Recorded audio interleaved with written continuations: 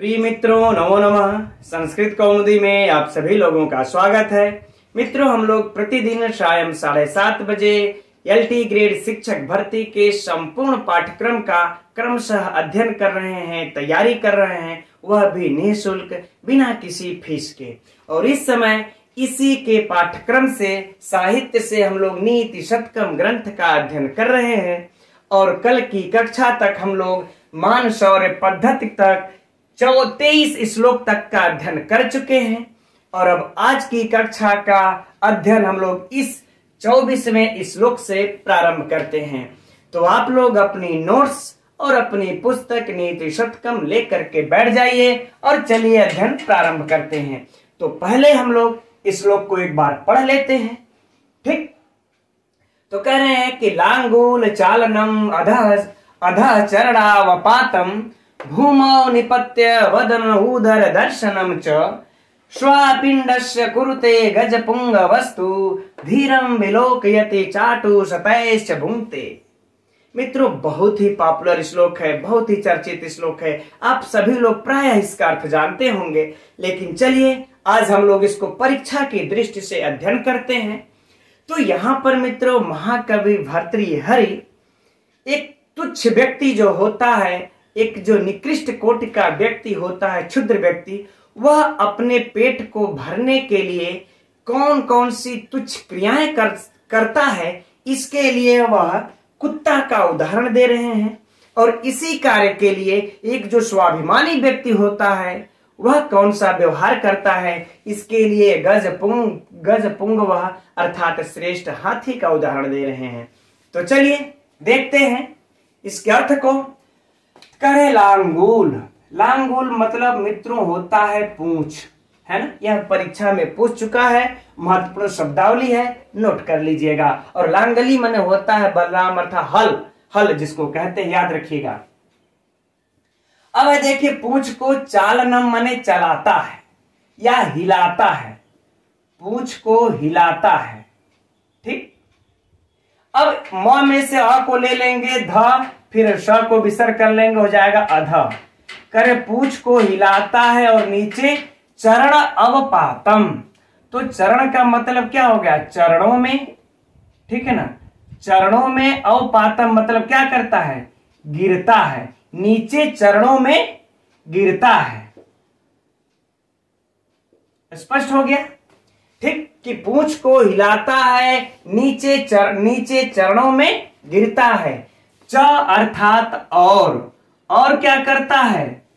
तो कह रहे हैं कि भूमौ, यानी कि भूमि शब्द का सप्तमी विभक्ति एक वचन।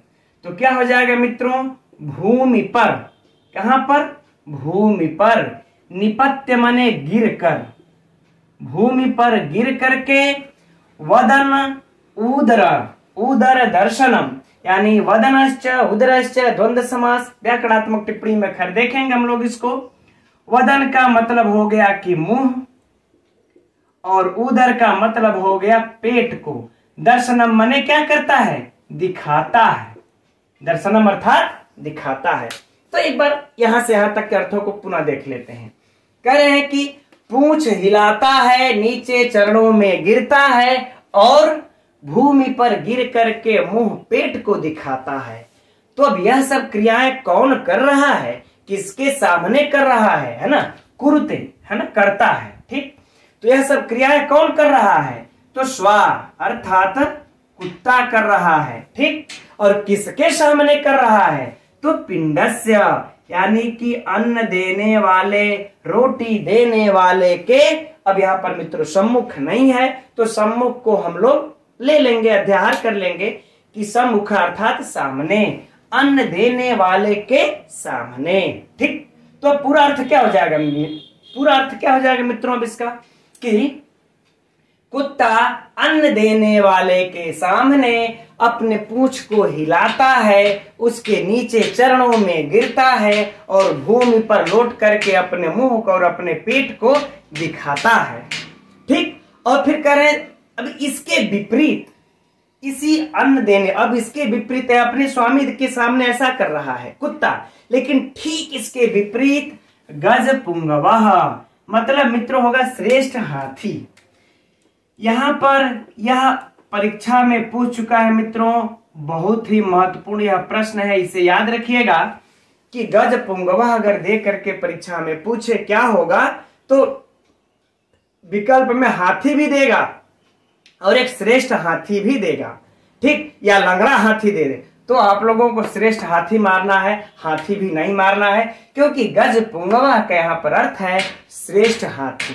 ठीक, तो करें ठीक इसके विपरीत, इस कुत्ते की क्रियाओं के ठीक विपरीत जो गज पुंगवा मन श्रेष्ठ हाथी होता है, वह धीरम मतलब क्या करता है, धैर्य से, विलोकयति मने देखता है।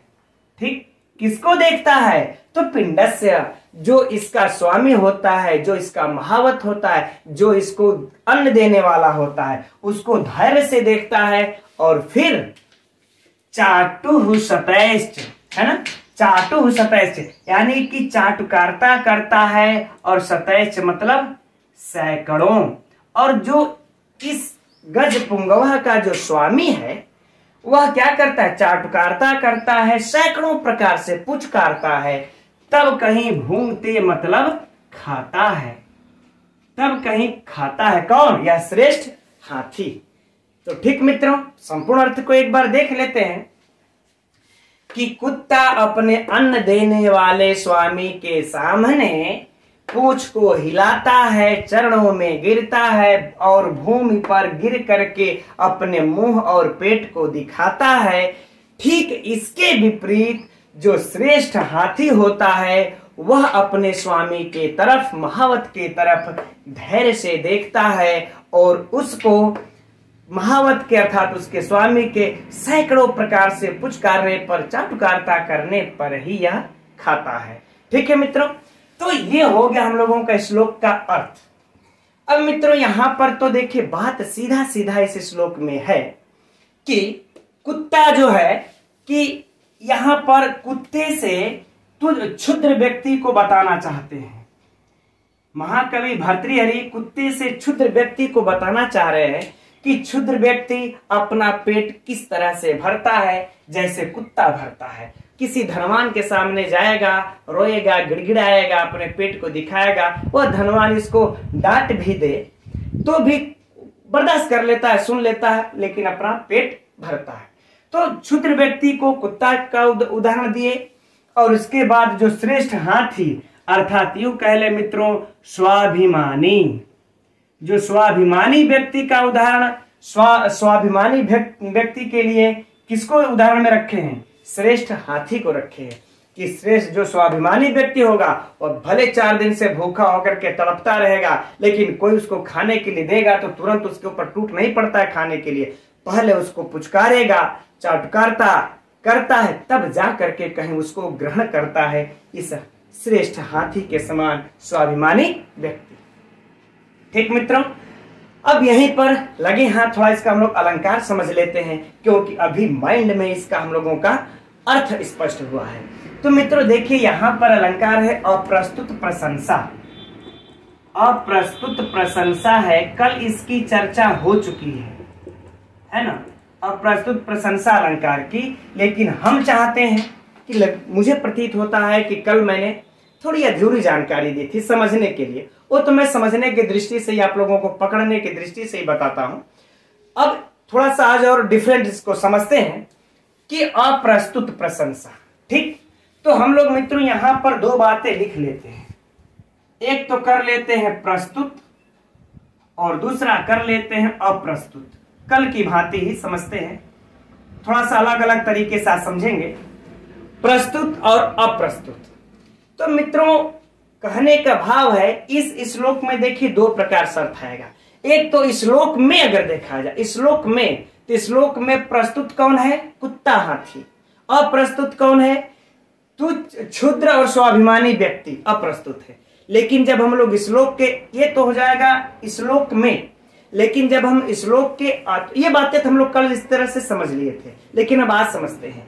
लेकिन श्लोक के अर्थ से अगर देखा जाए तो श्लोक के अर्थ में अब जरा बताइए कि कवि आप लोगों को क्या प्रस्तुत करना चाहते हैं। महाकवि भर्तृहरि आप लोगों को क्या बताना चाहते हैं, क्या प्रस्तुत करना चाहते हैं कि कुत्ता कैसे खाता है, हाथी कैसे खाता है यह बताना चाहते हैं? नहीं, यह प्रस्तुत नहीं करना चाहते। वह यह प्रस्तुत करना चाहते हैं कि क्षुद्र व्यक्ति कैसे अपना पेट भरता है और स्वाभिमानी व्यक्ति कैसे अपना पेट भरता है। तो यह कौन हो गया? प्रस्तुत। यह प्रस्तुत करना चाहते हैं अगर अर्थ की दृष्टि से देखा जाए तब। तो जब हम लोग प्रस्तुत करना, तो प्रस्तुत वाले में कौन हो जाएगा? क्षुद्र व्यक्ति और फिर स्वाभिमानी व्यक्ति। स्वाभिमानी व्यक्ति, इनको महाकवि भर्तृहरि आपके सामने प्रस्तुत करना चाहते हैं, इनके अर्थ को। अच्छा, किसके द्वारा? तो ये जो श्लोक में है, यानी कि अप्रस्तुत जो है, अर्थात हाथी, कुत्ता और हाथी, एकदम सिंपल से मित्रों समझ में आएगा। कुत्ता और हाथी, ठीक है ना, कुत्ता और हाथी इस अप्रस्तुत की, क्योंकि जब ये प्रस्तुत हो जाएंगे, क्षुद्र और स्वाभिमानी व्यक्ति को प्रस्तुत करना चाहते हैं, तो कुत्ता और हाथी स्वतः क्या हो जाएगा? प्रस्तुत हो जाएंगे। तो इस अप्रस्तुत कुत्ता और हाथी की प्रशंसा करके या वर्णन करके, इसका अर्थ यही होता है मित्रों कि अप्रस्तुत की प्रशंसा करके या वर्णन करके जब कोई प्रस्तुत के अर्थ को बताना चाहता है तो वहीं पर अप्रस्तुत अलंकार होता है। या फिर हम ऐसे भी समझ सकते हैं कि श्लोक में एक प्रस्तुत होता है, एक अप्रस्तुत होता है। तो जब अप्रस्तुत के द्वारा जो प्रस्तुत को बताया जाता है वहां पर अप्रस्तुत प्रशंसा अलंकार हो जाता है। ठीक है मित्रों, तो यहां पर प्रस्तुत किसको करना चाहते हैं महाकवि भर्तृहरि? इस क्षुद्र और स्वाभिमानी को। किसके द्वारा? कुत्ता और हाथी के द्वारा। तो प्रस्तुत प्रशंसा अलंकार, सिंपल सी बात है। इस तरह से समझ लीजिए मित्रों, कभी आपको अब हम समझते हैं कि अप्रस्तुत अलंकार आप लोगों को पकड़ने में कभी भी कोई समस्या नहीं होगी। ठीक है मित्रों, अब चलिए इसमें हम लोग जो है कि व्याकरणात्मक टिप्पणियों को देखते हैं। तो व्याकरणात्मक टिप्पणियों में देखते हैं मित्रों, लांगूल चालनम, क्या हो जाएगा? लांगूलस्य चालनम, पूंछ को हिलाता है। तो मित्रों सिंपल सी बात है, षष्ठी तत्पुरुष समास है ना। लांगूलस्य चालनम, अधः चरणावपातम है ना, चरण अवपातम, अवपातः अवपत घय है ना। अवपातः की व्युत्पत्ति देख लेते हैं।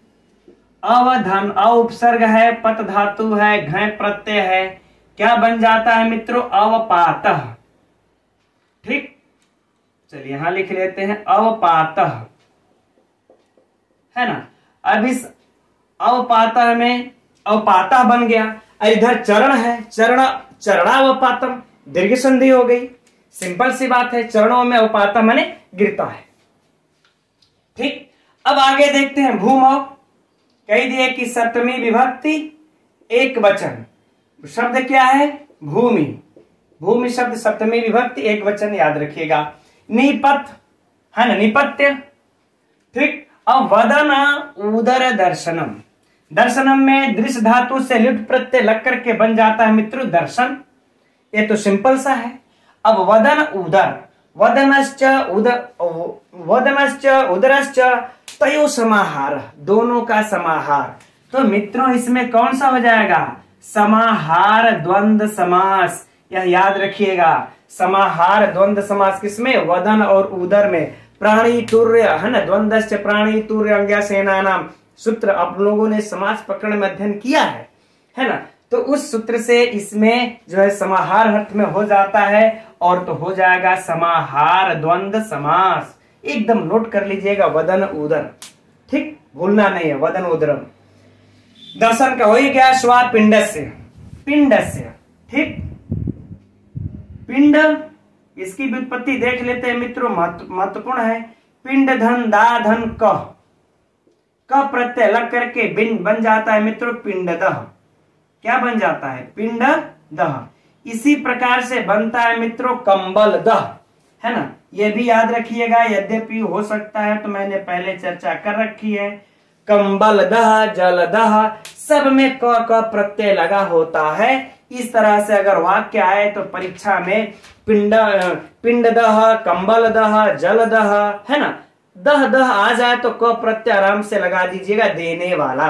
कंबल देने वाला, जल देने वाला, पिंड देने वाला, इस प्रकार का अर्थ हो तो मित्रों निसंकोच का प्रत्यय लगाइएगा। एकदम बिल्कुल ट्रिक समझ लीजिए परीक्षा के लिए। ठीक, तो पिंडदः कुरुते गज पुंग वस्तु, है ना, गज पुंगवः, ये तो मैंने बता ही दिया कि श्रेष्ठ हाथी ही होगा। हाथी तो कतई मत आप लोग लगाइएगा। धीरम विलोकयति चाटु शतैश्च भुंक्ते। ठीक, बाकी इधर कुछ वैसे कोई खास व्याकरणात्मक टिप्पणी है नहीं। हाँ, चाटु शतै में देख लेते हैं, चटु नाम शतानी, ठीक है ना, तो क्या कौन सा समास हो जाएगा? षष्ठी तत्पुरुष। खैर कोई बहुत महत्वपूर्ण नहीं है। अब परीक्षा के लिए मित्रों चलते हैं। परीक्षा के लिए जो महत्वपूर्ण है एकदम इंगित कर लीजिएगा, कलरफुल कर लीजिएगा गज पुंगवा को। ठीक, एक कलरफुल कर लीजिएगा परीक्षा के लिए पिंडस्य को। एक आप लोग एकदम ध्यान में लगा लीजिएगा भूमि, और फिर एक वदन उदर को में कौन सा समास है। ठीक, बाकी ये लांगुल, लांगुल माने क्या होता है? पूंछ। यह भी एकदम याद रखिएगा, है ना। चलिए ठीक है, तो अब इसमें से ये हो जाएंगे मित्रों, परीक्षा के लिए प्रश्न बन जाएंगे। बाकी साहित्य से तो चर्चा हो ही चुकी है। चलिए अब हम लोग आगे बढ़ते अगले श्लोक की तरफ। तो ये रहा मित्रों अगला 25वां श्लोक। चलिए एक बार इसको पढ़ लेते हैं, फिर अर्थ देखा जाएगा।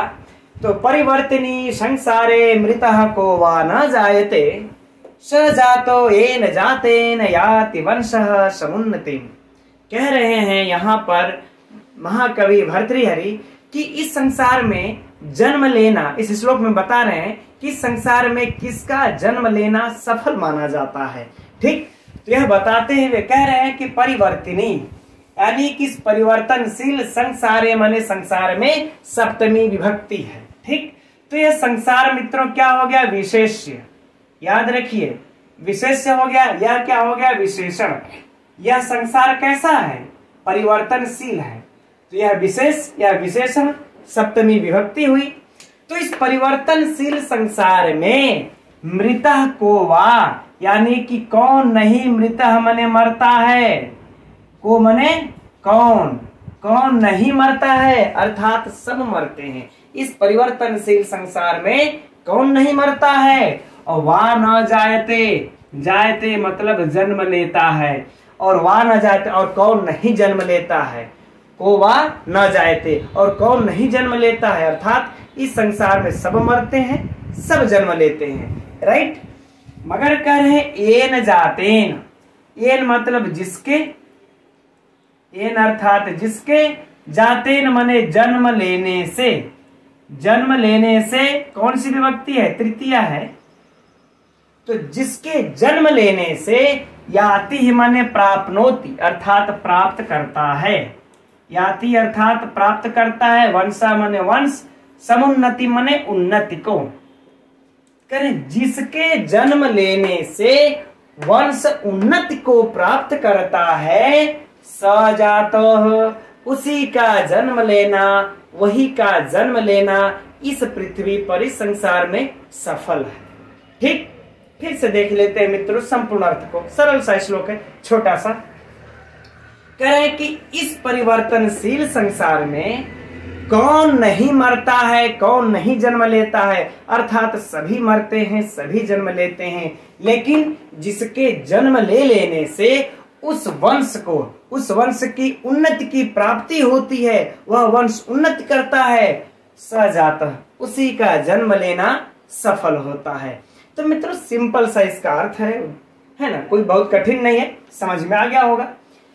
अब यहाँ पर मित्रों हम लोग थोड़ा सा इसका देख लेते हैं अलंकार कि कौन सा अलंकार है।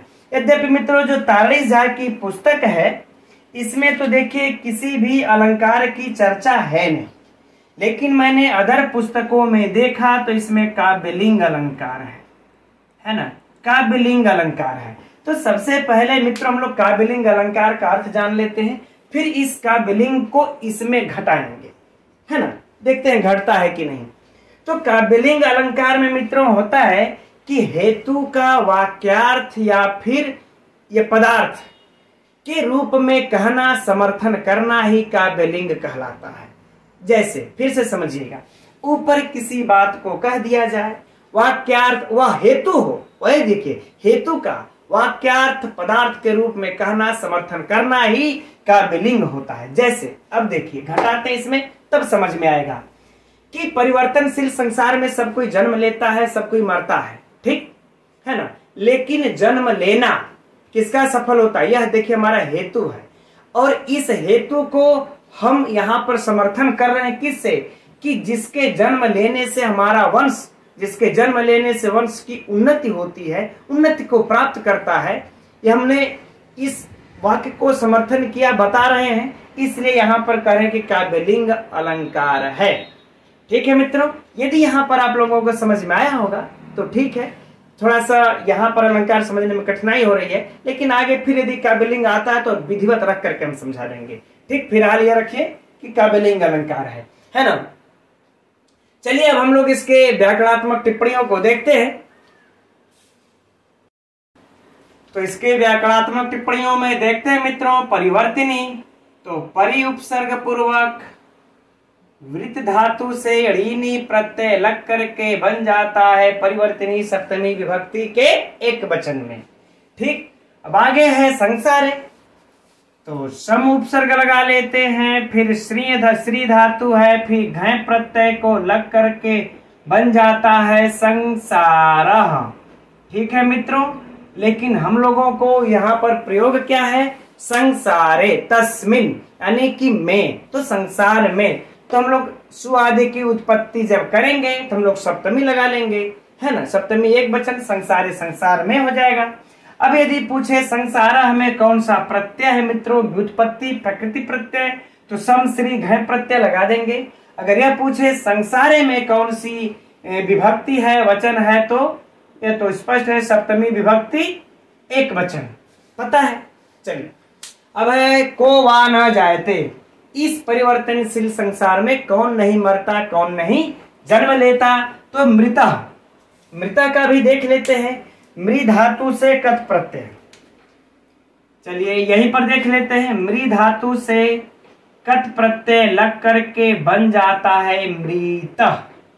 ठीक, अब है जायते, है ना मित्रों, जायते अर्थात जनि धातु है प्रादुर्भाव अर्थ में।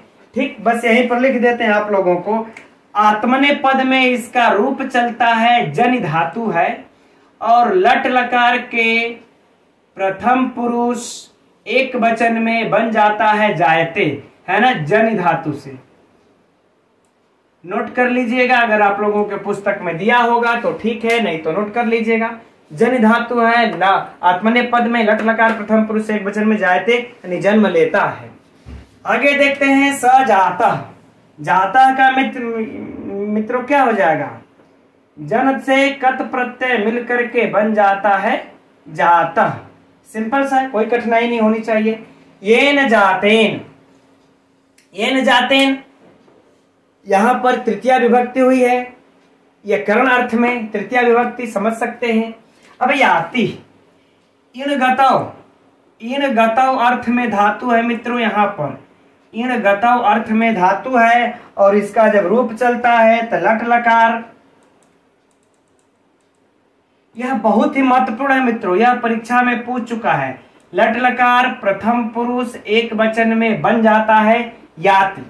ठीक, वंशः समुन्नतिम, समुन्नतिम का देख लेते हैं, सम उपसर्ग पूर्वक, है ना, सम उपसर्ग है, फिर क्या है, उत, उत होगा, उत्नम, उत नम धन कितिम, धन कितिम, समुन्नतिम। फिर हाँ, द्वितीय विभक्ति एक वचन में बनता है मित्रों, जब सु आदि की उत्पत्ति कर लेंगे तो द्वितीय विभक्ति के एक वचन में बन जाता है समुन्नतिम, क्योंकि जब हम सम उत नम कितिन लगाएंगे तो समुन्नति बनेगा। जब सु आदि की उत्पत्ति करना होगा तो हम अपने आवश्यकता अनुसार न विभक्ति लगाएंगे, तो द्वितीय विभक्ति एक वचन में बन जाता है समुन्नतिम। ठीक, तो मित्रों इसमें परीक्षा के लिए जो महत्वपूर्ण प्रश्न है, पहला याति एकदम दिमाग में बैठा लीजिएगा। याति में इण धातु होती है गतव अर्थ में, लट लकार प्रथम पुरुष एक वचन। एक जायते हैं, हल्का फुल्का प्रश्न है, बहुत मतलब सरल है, इसलिए प्रायः कम पूछा जाता है, लेकिन जायते को भी हम लोग याद रखेंगे, और एक संसारः को याद रखेंगे। बाकी सब तो नॉर्मल प्रश्न है, अगर आ भी जाएंगे तो आप लोग आंख बंद करके कर सकते हैं, ऐसा मुझे विश्वास है। ठीक है मित्रों, अब आ जाते हैं इसमें छंद की बात कर लेते हैं। पिछला वाले श्लोक में हम लोग भूल गए, उसमें वसंत का छंद था, तो नोट कर लीजिएगा, है ना। इसमें है देखिए अनुष्टुप छंद, अनुष्टुप छंद है इसमें, है ना। अब इस अनुष्टुप छंद का आप लोग लक्षण जानते हैं। श्लोक के षष्ठम गुरुज्ञम सर्वत्र लघु पंचमम, है ना, द्विचतुष्पाद्यो हर्ष्यम सप्तमम दीर्घ मनन्यु। आप लोग देख सकते हैं श्लोक के षष्ठम गुरुज्ञम, छठवां अक्षर गुरु होना चाहिए। 1 2 3 4 5 6 बिंदी है, याद रखिए जहां पर बिंदी होती है उसको गुरु ही माना जाता है। तो ये क्या हुआ, गुरु हुआ, है ना। सर्वत्र लघु पंचमम, पांचवा अक्षर है, लघु है नहीं, ह्रस्वीकार है। बाकी इसी तरह से आप लोग इसमें घटा सकते हैं। और मित्रों इसमें हुआ कि जैसे इस तरह से अगर प्रश्न आप लोगों को पूछ दे कि किसका वंश में जन्म लेने, किसका जन्म लेना सफल माना जाता है ना। ऑप्शन दे दे कि धन प्राप्त करने वाले का, यश प्राप्त करने वाले का, कीर्ति तो, या फिर वंश जिससे उत्पन्न, वंश जिससे उन्नति को प्राप्त होता है। तो ये वाला इसमें से प्रश्न बड़ा महत्वपूर्ण बन रहा है। तो किसका जन्म लेना सफल माना जाता है, तो जिसके पैदा जन्म लेने से वंश की उन्नति हो। ठीक, चलिए अब हम लोग आगे प्रश्न, अगला श्लोक देखते हैं। तो ये रहा अगला 26वां श्लोक मित्रों, अनुष्टुप छंद में छोटा सा श्लोक, सरल सा श्लोक किंतु महत्वपूर्ण श्लोक। तो चलिए देखते हैं। तो कुसुम स्तबकस्यैव द्वैवृत्तिः मनस्विनः मूर्धिना वा सर्वलोकस्य शीर्यते वन एव वा। मित्रों इस श्लोक में महाकवि भर्तृहरि बता रहे हैं कि जो मनस्वी लोग होते हैं, जो महापुरुष लोग होते हैं, उनकी 2 ही गतियां होती हैं। यह परीक्षा के लिए बहुत महत्वपूर्ण प्रश्न है, कई बार पूछ चुका है। चलिए इसको नोट भी कर लीजिएगा आप लोग। पहले अर्थ देखते हैं। तो कह रहे हैं कुसुम मतलब पुष्प के, और स्तबक, स्तबक मतलब होता है मित्रों गुच्छा। तो पुष्प के गुच्छे के समान, इव मतलब समान, द्वई मतलब 2 ही, और वृत्ति माने वृत्तियां या फिर गतियां कह लें, 2 गतियां होती हैं किसकी, मनस्विनः माने मनस्वी की या फिर महापुरुष की। तो कह रहे मनस्वी की 2 ही गतियां होती हैं, किसके समान, पुष्प की गुच्छा के समान। ठीक है ना। आगे कहते हैं कैसे भैया 2 ही गतियां होती हैं इस मनस्वी की पुष्प की गुच्छा के समान।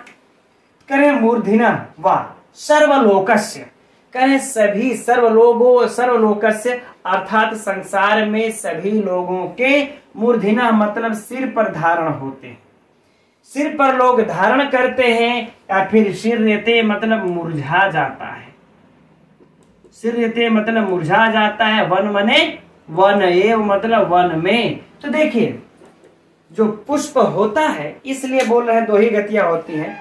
जो पुष्प होता है वह अपने उत्पत्ति स्थान जहां उसकी उत्पत्ति होती है, वन में कह लें या फिर बागवानी में कह लें, उसकी 2 ही गतियां होती है पुष्प की गुच्छे की। या तो उसको तोड़ करके किसी देवी देवता या फिर किसी श्रेष्ठ व्यक्ति के सिर के ऊपर उसको अलंकार के रूप में धारण करा दिया जाता है, या तो फिर उसी जहां उसकी उत्पत्ति स्थान होती है उसी जगह वह मुरझा जाता है, उसी जगह नष्ट हो जाता है। ठीक उसी प्रकार से यह मनस्वी की भी पुष्प के समान 2 ही गतियां होती हैं कि सर्वलोकस्य मूर्धिना, या तो उसे समाज में लोग अपने सिर पर, मस्तक पर धारण करते हैं, उतना ऊंचा उठा करके रखते हैं, या तो फिर वह मनस्वी व्यक्ति शीर्यते बने हुए, या फिर किसी वन में ही वह अपना प्राण नष्ट कर देते हैं, मृत मतलब प्राण नष्ट हो जाते हैं, स्वर्गलोक चले जाते हैं। ठीक उसी प्रकार से पुष्प के समान।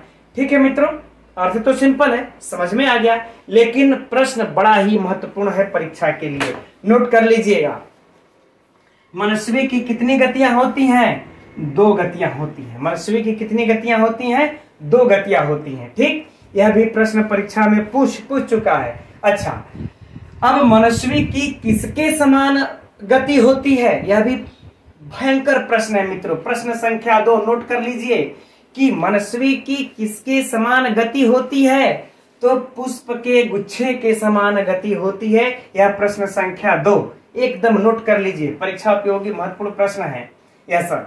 अच्छा, प्रश्न संख्या 3 यह भी पूछ चुका है, स्तबक माने क्या होता है ना? तबेला की गुच्छा, तो पुष्प का गुच्छा होता है। यह प्रश्न संख्या 3 सबसे महत्वपूर्ण यह भी है। 3 प्रश्न हो गए, ठीक। अब देखिए, मनस्वी लोगों को सभी लोग कहाँ धारण करते हैं? तो मूर्धन्य सिर पर धारण करते हैं, है ना। अगला प्रश्न, अगर कि मनस्वी लोग अगर सर्वलोकस अगर सिर पर धारण नहीं करते हैं तो उनकी क्या गति होती है? तो सिर रहते वन एव या तो वो वन में ही मुरझा जाते हैं, या तो वन में ही वह नष्ट हो जाते हैं, स्वर्गलोक चले जाते हैं।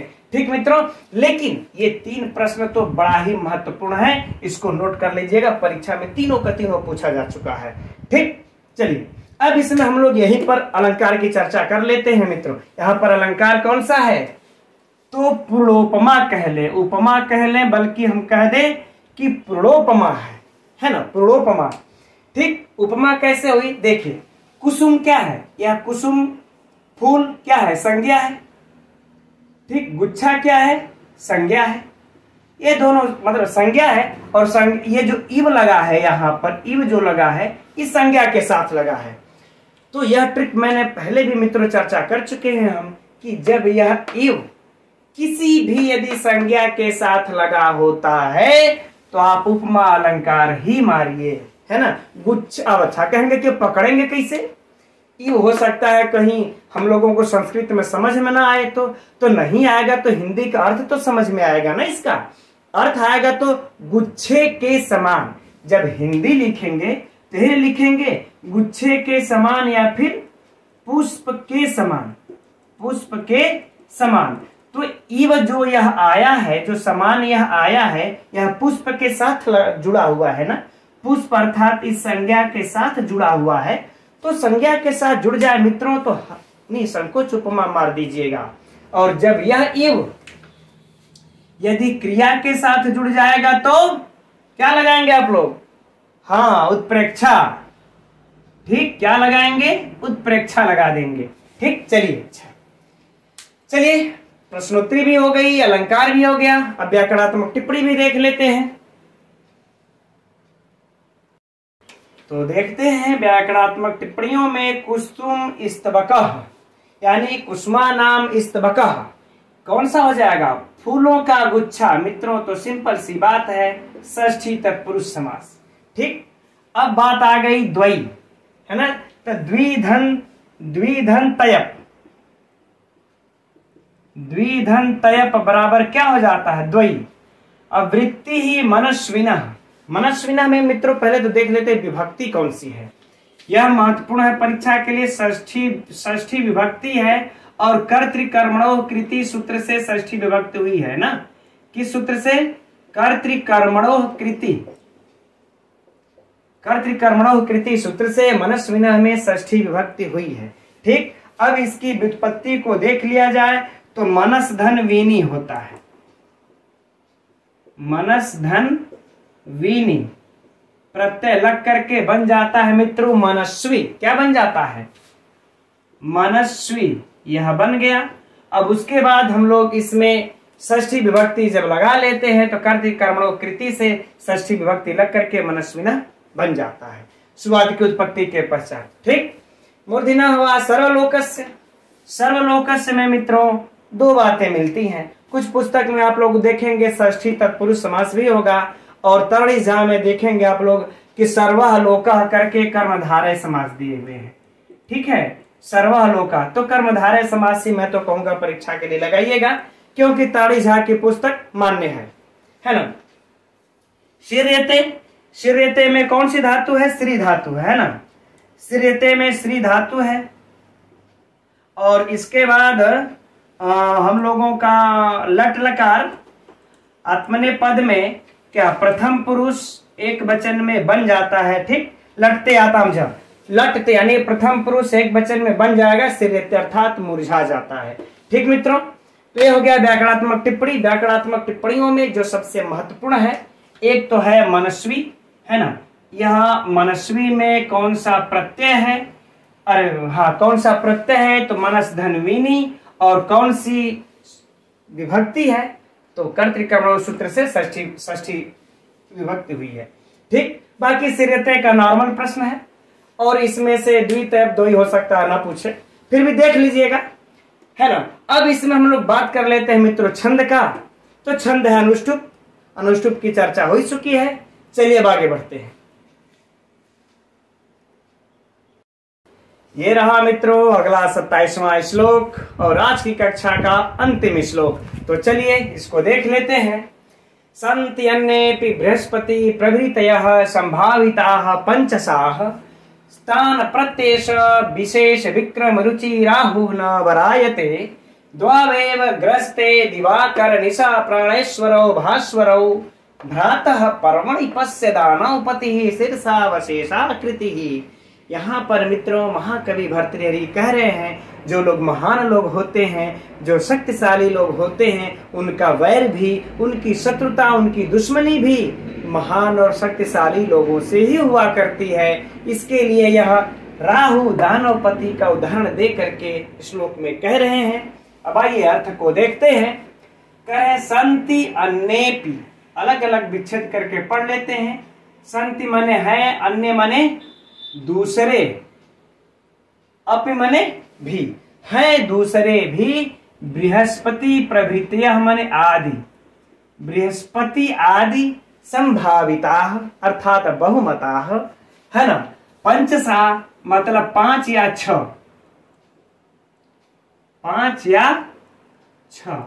तो कह रहे हैं कि अन्य मतलब बृहस्पति आदि संभावित अर्थात बहुमता 5 या 6 अन्य भी ग्रह हैं। संभाविता का मतलब मित्रों बहुमता ग्रह कर लेंगे हम लोग ना। तो कह रहे हैं कि आकाश में बृहस्पति आदि 5-6 और भी दूसरे ग्रह हैं। अन्य माने दूसरे, अन्य भी दूसरे ग्रह हैं। ठीक, लेकिन तान प्रति एष, तान प्रति एष, तान मतलब उनके प्रति, तान मतलब उनके, किनके?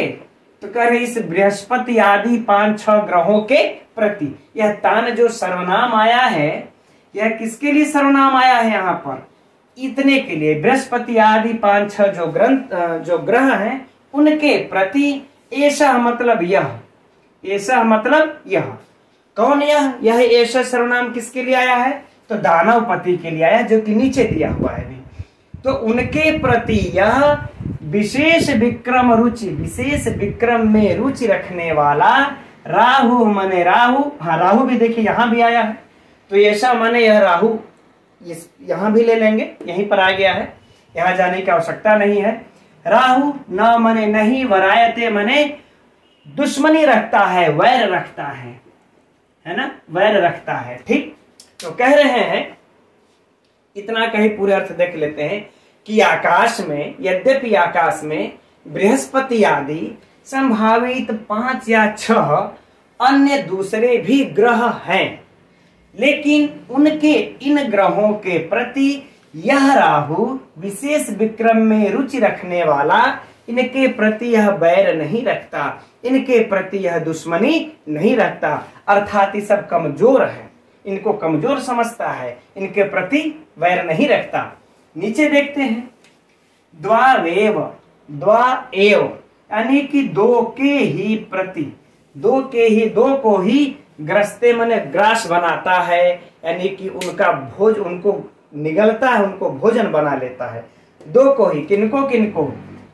दिवाकर निशा प्राणेश्वरौ भास्वरौ, भास्वरौ मित्रों मतलब प्रकाशमान, भास्वरौ प्रकाशमान। तो कह रहे हैं प्रकाशमान, एक तो जो भास्वरौ दिवाकर अर्थात जो प्रकाशमान सूर्य है उसको ग्रास बनाता है, और निशा प्राणेश्वरौ मतलब जो चंद्रमा है इसको ग्रास बनाता है। ठीक, आगे बातें समझ में ना। यानी कि देखिए सूर्य, चंद्रमा, बृहस्पति, बुध, शुक्र, शनि, कई ठो तो ग्रह है ना, कई ठो आकाश में ग्रह है, लेकिन कहने का भाव है कि इन 5-6 ग्रहों को यह राहु अपना ग्रास नहीं बनाता। किनको बनाता है? द्वावेव, दो को ही, एक सूर्य एक चंद्रमा को। भ्राता मने हे भाइयों, पर्वणि पश्य, देखो, पश्य मने देखो, और पर्वणि माने पर्व के समय, पर्व के समय। तो इनका पर्व मित्रों ये जो दो हैं, सूर्य और चंद्रमा, इनका पर्व कब कब होता है? एक होता है अमावस्या, है ना, यहां पर दिख रहा है, नोट कर ले। एक होता है अमावस्या और दूसरा होता है पूर्णिमा। क्या होता है? पूर्णिमा। अर्थात पूर्णिमा जो है कि पर्व के रूप में किसका होता है? चंद्रमा का। जब भी आप लोग देखेंगे चंद्र ग्रहण कब लगता है? पूर्णिमा में ही लगता है। और सूर्य ग्रहण कब लगता है? इस अमावस्या में लगता है। तो इन पर्वणि का अर्थ होगा अमावस्या और पूर्णिमा। इन दो में देखो भाइयों, इन दो के समय में ही दानवपति, दानवपति का मतलब फिर से हो जाएगा राहु। यह दानवपति अर्थात राहु, जिसकी की शीर्षावशेष आकृति, जिसकी की सिर मात्र ही शेष आकृति बच गई हो, ऐसा वह सिर्फ इन दोनों को ही अपना ग्रास बनाता है, इन दोनों के ही प्रति बैर रखता है। ठीक है ना। अब संपूर्ण अर्थ को एक बार पुनः देख लेते हैं मित्रों, कि देखो आकाश में बृहस्पति आदि 5-6 अन्य दूसरे भी ग्रह रहते हैं, लेकिन उनके प्रति यह विशेष विक्रम में रुचि रखने वाला राहु बैर नहीं रखता है ना। हे भाइयों देखो, सिर्फ द्वावेव ग्रस्ते दिवाकर निशा प्राणेश्वरो भास्वरो, सिर्फ दो को ही, एक प्रकाशमान सूर्य और दूसरा प्राण रात्रि का प्राणेश्वर चंद्रमा को ही वह ग्रसता है। ठीक, कौन? कब? पर्व और यानी कि पूर्णिमा और अमावस्या के समय में उनको ग्रसता है यह दानवपति शीर्षावशेष आकृति, जिसकी मात्र सिर मात्र ही आकृति शेष बच गई हो, वह दानवपति सिर्फ सूर्य और चंद्रमा को ही ग्रसता है। ठीक है मित्रों, तो यह इसका अर्थ हो गया, है ना।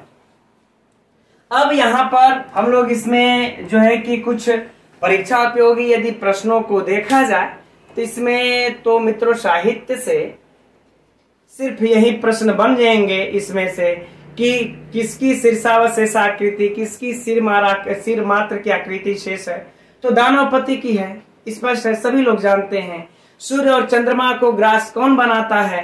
तो राहु बनाता है, सभी जानते हैं। हाँ, अब यह प्रश्न और भी है, जैसे कि राहु किसके प्रति बैर नहीं रखता, तो बृहस्पति आदि 5-6 ग्रहों के प्रति बैर नहीं रखता। ये थोड़ा सा हटके हो सकता है, बाकी सब तो हम लोग बचपन से पढ़ते आ रहे हैं, सुनते आ रहे हैं, तो बाकी सब प्रश्नों में तो दम है नहीं। ठीक, चलिए अब इसके व्याकरणात्मक टिप्पणियों को देखते हैं। तो इसके व्याकरणात्मक टिप्पणियों में देखते हैं मित्रों, संत्यन्यपि, विच्छेद करके पढ़ लेते हैं। पहले हम लोग संति का देखते हैं, इस तरह से संति, फिर क्या है धन अन्य, फिर क्या है धन अपि, यही है। तो संति और अन्य में कौन संधि हो जाएगी? यण संधि। यहाँ पर ई है, यहाँ पर अ है, यह हो गया यण संधि। अब यहाँ पर अन्य धन अपि में कौन सा हो जाएगा? पूर्व रूप संधि। आप लोग समझ सकते हैं, कोई बताने विशिष्ट आवश्यकता तो है नहीं। बृहस्पति प्रभृतियः, बृहस्पति प्रभृतियः में मित्रों कौन सा समास हो जाएगा? बृहताम पति। पहले तो बृहस्पति का देख लेते हैं। बृहताम पति, अगर बृहस्पति में पूछे तो बृहताम पति षष्ठी तत्पुरुष, और अगर बृहस्पति प्रभृतियः में पूछ दे तो बहुव्रीहि समास। ठीक मित्रों, यदि परीक्षा में सिर्फ यह पूछे बृहस्पति में कौन सा समास है तो षष्ठी तत्पुरुष बृहनाम पति, और अगर बृहस्पति प्रभृतियः में अगर पूछ दे तो सीधे कि बृहस्पति प्रभृति ऐसाम ते बहुव्रीहि समास। चलिए संभाविता, संभाविता का आप लोग व्युत्पत्ति देख लेते हैं। संभूढ़िच है ना, और संभूढ़िच हो जाएगा फिर कत प्रथमा विभक्ति के बहुवचन में, प्रथमा विभक्ति बहुवचन में, और संभूढ़िच कत हो गया। नोट करना होगा तो नोट कर लीजिएगा, वैसे बहुत ज्यादा इंपॉर्टेंट है नहीं। हाँ, ये वाला महत्वपूर्ण है। पंचसा कौन सा समास है मित्रों? बहुव्रीहि समास है ना। 5 या फिर 6, द्वित्रा, 2 या 3, उसमें भी है बहुब्रीहि समास। बहुत बहुत महत्वपूर्ण है ये, इसको तो नोट ही कर लीजिएगा, अंडरलाइन कर लीजिएगा। अब आगे देखते हैं। तान तान प्रत्यय सप्रति धनेश, तो फिर वही संधि है, कोई दिक्कत नहीं है। विशेष विक्रम रुचि ही राहुर न वरायते। हाँ, वरायते में लट लकार प्रथम पुरुष एक वचन है ना, वरायते। द्वावेव, ठीक, एचो, फिर क्या हो जाएगा इसका, द्वौ एव, द्वौ एव, कौन सी संधि हो जाएगी, अयादि संधि। एचो वयावा सूत्र लगा हुआ है, समझ सकते हैं, सिंपल है। ग्रस्ते दिवाकर निशाकर, निशा प्राणेश्वरो भास्वरो। हाँ, भास्वरो का देख लेते हैं मित्रों। भास्वरो, भास धन, भास्कर धन वरच प्रत्यय हो जाता है ना, भास धन वरच, वरच प्रत्यय मिल करके बन जाता है मित्रों भास्वर। ठीक, चलिए। भ्राता परवड़ी में सप्तमी विभक्ति देख ही रहे हैं। दानवपति, दानवानाम पति, कौन सा समास हो जाएगा, षष्ठी तत्पुरुष समास। ठीक, अगर दानव की अगर व्युत्पत्ति पूछ दे तो धनु धन अण, धनु धन अण, अण मिलकर के बन जाता है दानव। दानवानाम पति में षष्ठी तत्पुरुष समास। कोई खास इसमें कठिनाई है नहीं, शीर्षा व शीर्षाकृति बाकी सब वही है, कुछ पूछेगा नहीं उसमें से। चलिए, तो ठीक है मित्रों, ये रहा महत्वपूर्ण इसमें से व्याकरणात्मक टिप्पणियां, जिसमें कि आप लोगों को ये बहुत महत्वपूर्ण है। अब इसके बाद आप लोगों को बृहस्पति भी महत्वपूर्ण है ये व्याकरणात्मक टिप्पणी से, इसमें से भी संधि पूछा जा सकता है। दानवपति का तो समास पूछा ही है, यह भी नोट कर लीजिएगा, बाकी सब विशिष्ट नहीं है। अलंकार देख लिया जाए मित्रों, तो इसमें भी कौन सा अलंकार है, अप्रस्तुत प्रशंसा अलंकार है ना, नोट कर लीजिए, चर्चा हो चुकी है, कोई दिक्कत नहीं है। अप्रस्तुत प्रशंसा अलंकार है। इसमें छंद कौन सा है, तो शार्दूल विक्रीडित छंद है ना, घटा ही चुके हैं हम लोग, कोई समस्या है नहीं। ठीक है मित्रों, और बाकी जो परीक्षा के लिए जो प्रश्न बनता है कि यह किस पद्धति का है, किस ग्रंथ का है, ये तो मित्रों जनरली प्रश्न है, तो मैंने इस पर बार बार क्या उसको चर्चा करना है, तो आप लोगों को याद करना ही करना है किस पद्धति का है। हाँ मित्रों, एक हमारे भाई ने, अभी नाम नहीं याद आ रहा उनका, उन्होंने जो हम लोग परसों लाइव प्रश्नोत्तरी किए थे उसमें एक त्रुटि हो गई एक प्रश्न में, कि हमने पूछा है कि 7वीं पद्धति कौन है नीति शतकम में, जिसमें से हमने परोपकार माना है, तो वो 8वीं पद्धति हो जाएगी यदि हम लोग मंगलाचरण को लेंगे तो उस प्रश्न में ये करेक्शन करना होगा कि यदि आप पूछे कि मंगलाचरण सहित 7वीं पद्धति कौन है, मंगलाचरण सहित 8वीं पद्धति कौन है, इस प्रकार से हमें प्रश्न को पूछना चाहिए था। तो हमारे सर का कहना था कि सर इसको एक बार क्लास में चर्चा आप कर दीजिएगा कल की कक्षा में, तो हम कहे ठीक है, चलिए चर्चा हो जाएगा, है ना। चलिए ठीक है, अच्छी बात है।